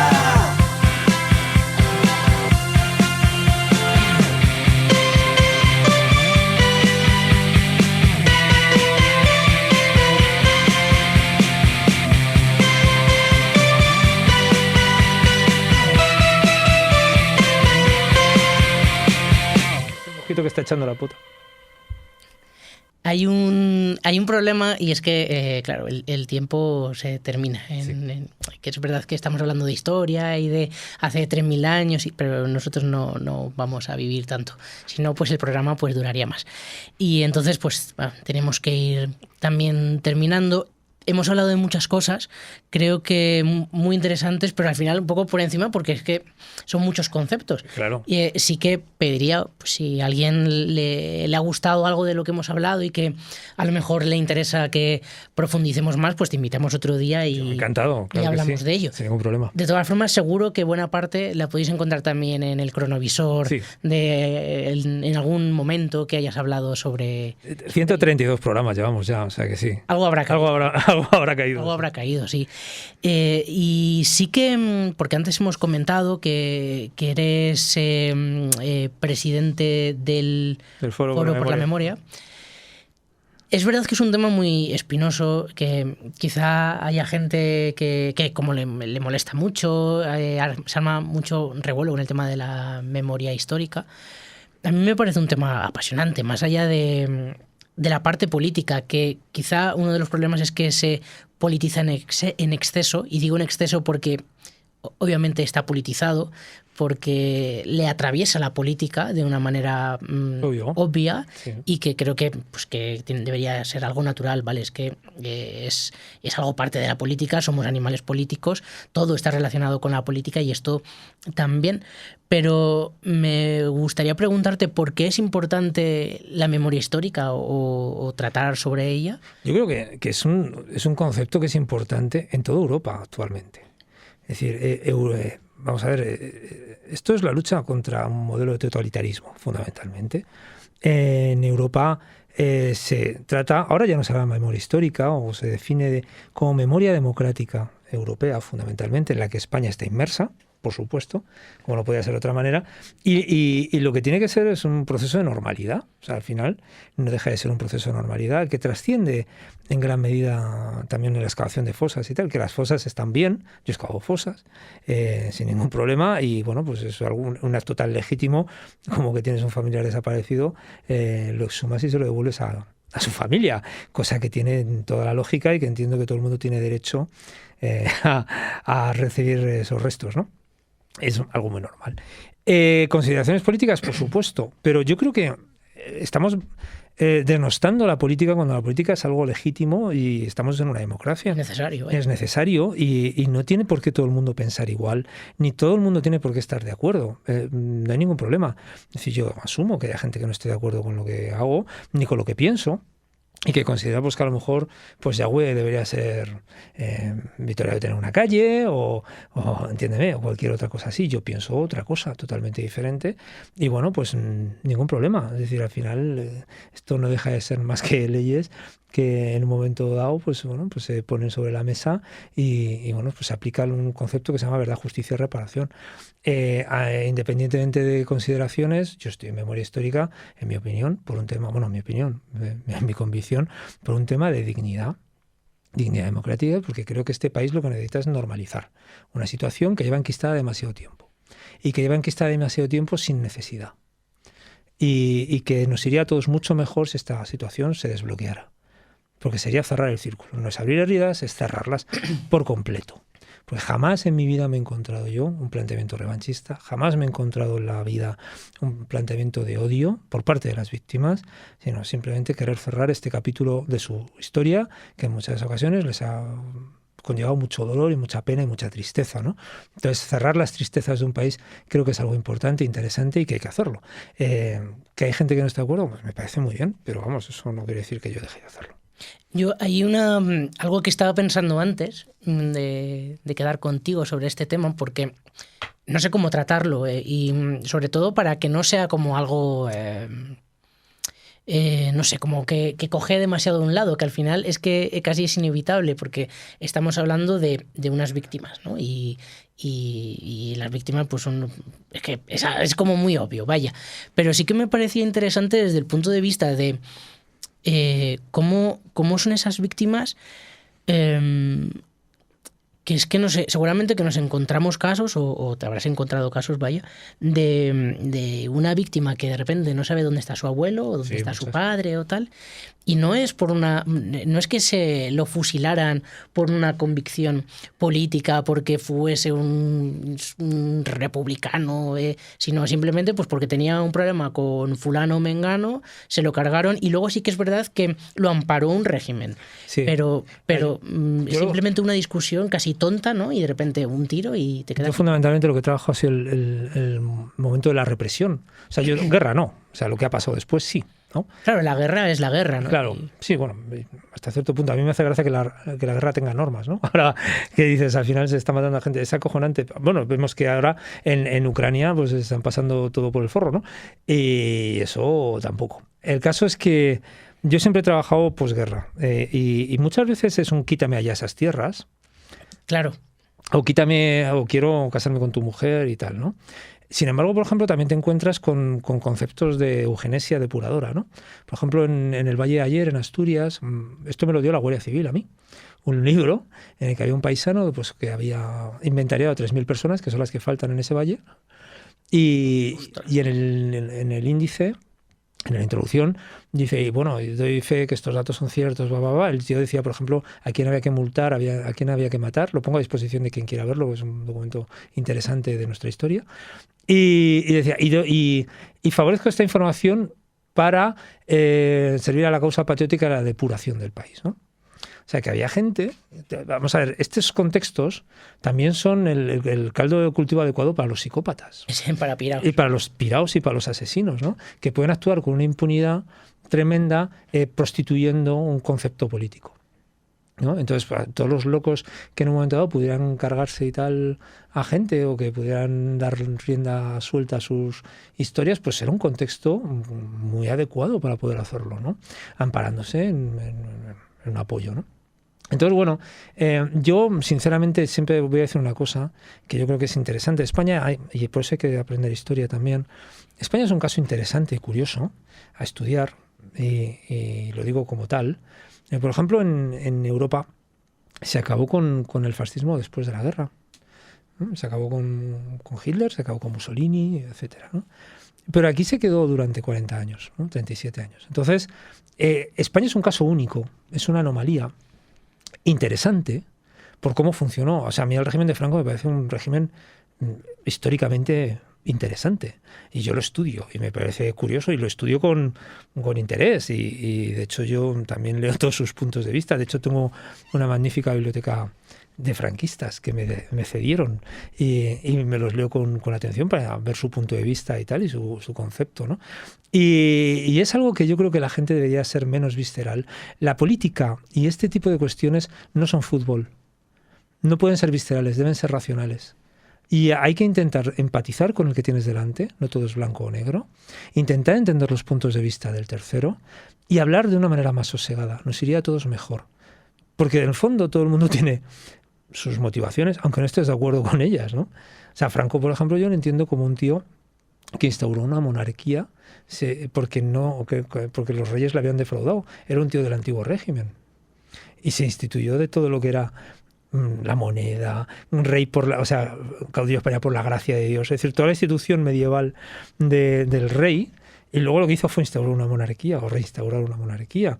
Es decir, es un tío con una mente peculiar, aparte que luego tuviera ese deje asesino, ¿no? Pero que tenía una mente peculiar y curiosa, que es realmente es interesante, o sea, en ese sentido, no digo que no lo sea. Entonces, bueno, al final, lo que quiero decir es que hay que normalizar estas situaciones. Que si hay gente que se exacerba, pues que se tome algo más tranquilo. Que no pasa nada. Que Franco ha salido con el Valle de los Caídos y no ha pasado nada. Y que la gente sale de las fosas y no ha pasado nada.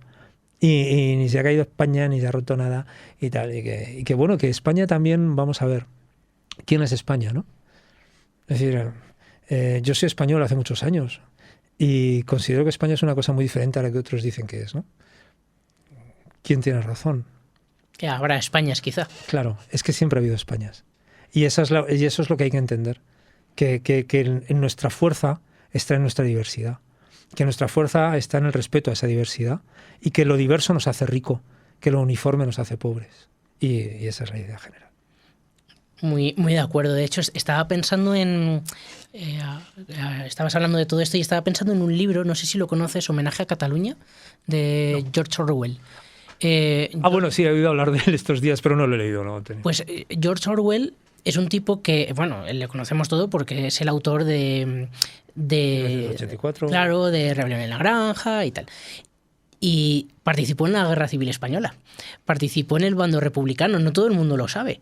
Y él escribió Homenaje a Cataluña como una oda a la decepción que se llevó con los republicanos, porque él venía a luchar contra el fascismo y de repente se encuentra con que es una lucha fratricida totalmente absurda en la que él cayó en el bando republicano por convicción y por principios y se encontró con que al final muchos de los que mandaban no tenían ni idea y estaban casi salvando su propio culo, ¿no? Y se encontraba luchando con chavales que tenían 13 años y que les daban una escopeta de hace 50 años que no tenía ni munición y que tenían que matar al otro a golpes con la escopeta. Y es muy interesante, ¿no? Porque te abre la mente, sobre todo de decir, jo, es que nos están contando muchas veces desde unas posturas muy viscerales sin hacer autocrítica. Y él hace autocrítica, dice, vale, mis valores están intactos, yo creo que el fascismo es algo que no me convence, pero lo contrario tampoco es perfecto, tiene bueno, quizás lo contrario del fascismo sí. Es que yo creo que tampoco, o sea, que lo que hubo en Cataluña, la CNT y tal, tampoco era representativo de lo que era un gobierno republicano. De nuevo las Españas, ¿no? Claro, era otra cosa, es decir, la guerra es campo de locura, siempre lo es. Y es campo libre para todo esto, ¿no? También podemos hablar de la desbandada, ¿no? De cómo se mató a población civil por bombarderos alemanes mientras se huía, ¿no? Y aquí hubo mucha movida que hay que normalizar y que la única manera de normalizarla es asimilarla. Por ejemplo, hay una cosa que han hecho otros países que mola mucho, que yo creo que es muy sano, es un ejercicio buenísimo, que es una comisión de la verdad. La Comisión de la Verdad despeja todo esto siempre, ¿no? Porque lo han hecho Túnez, lo han hecho Guatemala, lo han hecho países que consideramos que son, pues, ¿no? Pues lo han hecho y nosotros no. Y es, en un momento dado, hacer un esclarecimiento de todos estos hechos, con definición, y estudiarlos a fondo y ponerlos sobre la mesa. Y esa es la Comisión de la Verdad. Esto es lo que pasó, ¿no? Y la verdad no es una verdad parcial, es una verdad general. Una verdad, no me gusta usar el término verdad, pero digamos que es una manera de decir, bueno, estos hechos se esclarecen de esta manera, pasó esto y esto, ¿no? Y yo creo que eso es muy sano, es un ejercicio que un país, que una cultura debería hacer de forma recurrente, ¿no? Porque no hay nada de malo en conocer qué pasó. Habrá cosas que te decepcionen, habrá cosas que te gusten, habrá cosas que te disgusten, habrá cosas que te repugnen, ¿no? Pero es que el género humano es así, nunca vas a estar contento. Es decir, lo que hay que entender es que el género humano es de esta manera y esto ha sido siempre. Por lo tanto, bueno, pues está dentro de nuestra naturaleza humana ser monstruos y ser ángeles, ¿no? Qué bonito. Bueno, pues yo creo que con esto podemos ir terminando, pero antes quería hacerte una pedirte un favor, Claro. que no tienes por qué responder ahora porque sé que puede ser un poco compromiso, luego me lo cuentas y ya iremos viendo. Y es, al final, este programa se llama La Última Desiderata. Las desideratas, ya lo contamos en el anterior programa, son listas de libros que quieres que tu biblioteca adquiera. Son esos libros que tu biblioteca no tiene y que te apetece leer. Pues yo te pregunto a quién te gustaría que, de gente que conozcas y que puedan ser interesantes, ¿a qué gente te gustaría que trajéramos a La Última Desiderata para charlar? Porque puedan tener una conversación interesante. Me lo puedes decir luego. Te lo digo luego porque Sí. no sé quién me has traído. Entonces, Ya. después te lo digo. Y además, bueno, a ver si quieren o no, que Esa es es otra. verdad que habíamos dicho que tenemos la opción del burundanga, pero vamos a evitarlo en la medida de lo Vamos a intentar no drogar a la gente que está.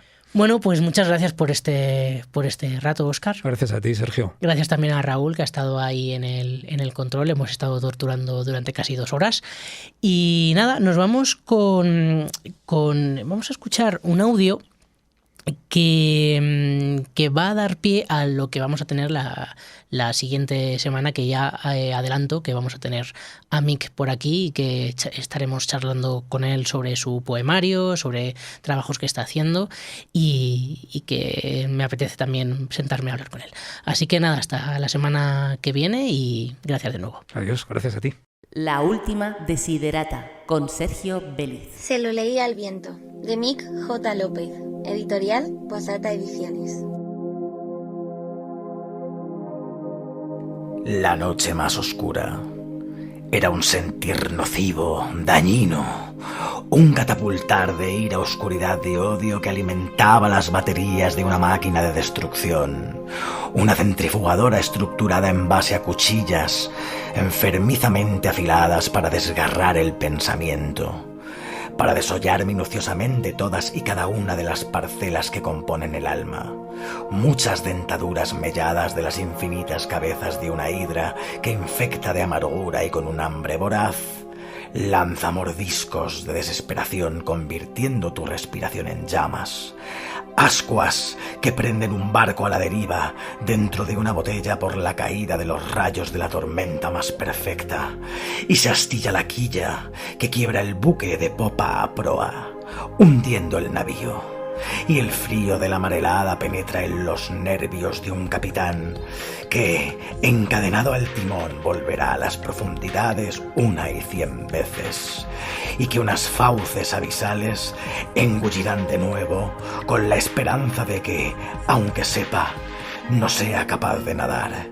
Entonces nada, y nada, pero nada, nadie le oye gritar.